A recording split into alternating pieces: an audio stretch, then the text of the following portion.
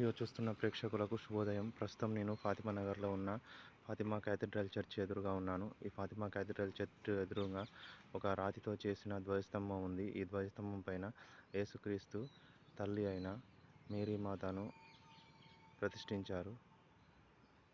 Fatima cathedral church Fatima నగర్లో ఉంది. ప్రస్తుతం నేను మార్నింగ్ వాకింగ్కి వచ్చాను, ఉదయం వాకింగ్. ఈ ఫాతిమా క్యాథడ్రల్ చర్చ్ ఎడమ వైపున ఒక 40 వేప చెట్టు వృక్షాలు,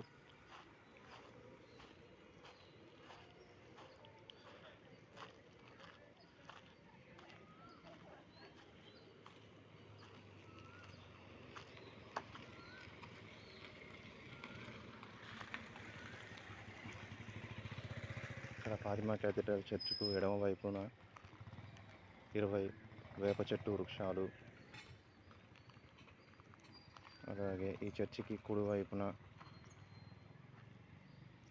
ఇంకొక 20 వేప చెట్టు వృక్షాలు, మొత్తం కలిపి 40 వేప చెట్టు వృక్షాలు ఉన్నాయి.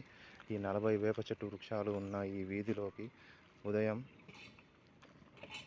5 గంటల నుంచి 6 గంటల వరకు చాలామంది పెద్దవాళ్ళు, మధ్య వయస్కులో ఉన్నవాళ్ళు చాలామంది వచ్చి మార్నింగ్ వాకింగ్ చేస్తూ ఉంటారు. ఎందుకంటే ఇక్కడ 40 వేప చెట్లు ఉన్నాయి. 40 వేప చెట్ల నుంచి ఉదయకాలంలో సంధ్యా సమయంలో సూర్యుడు ఉదయిస్తున్న సమయంలో వచ్చేటువంటి ఫ్రెష్ ఆక్సిజన్, అంటే స్వచ్ఛమైన ఆక్సిజన్ను తీసుకుంటే ఆరోగ్య సమస్యలు పరిష్కారం అవుతాయి. 40 వేప చెట్టు వృక్షాలు ఈ ఒకటే వీధిలో ఉన్నాయి.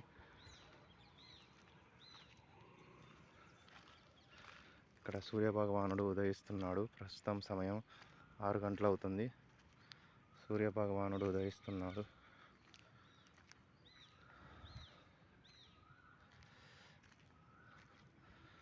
ప్రస్తుతం సూర్యభగవానుడు ఉదయిస్తున్నాడు చాలా ప్రకాశవంతంగా.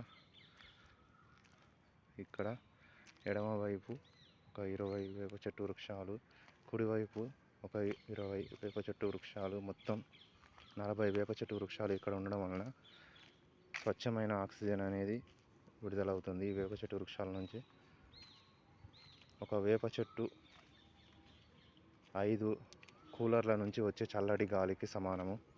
అలాగే 5 వేప చెట్లు నుంచి వచ్చేటువంటి ఫ్రెష్ ఆక్సిజను, స్వచ్ఛమైన ప్రాణవాయువు ఒక మనిషి తన జీవితకాలంలో ఆరోగ్యంగా ఉండడానికి 5 వేప చెట్ల నుంచి వచ్చే స్వచ్ఛమైన ఆక్సిజన్ అనేది, ప్రాణవాయువు అనేది అవసరము. ఇది నేను చెప్పిన మాట కాదు, వైద్యులే, సాక్షాత్తు వైద్యులే పరిశోధన ద్వారా చెప్పినటువంటి విషయము.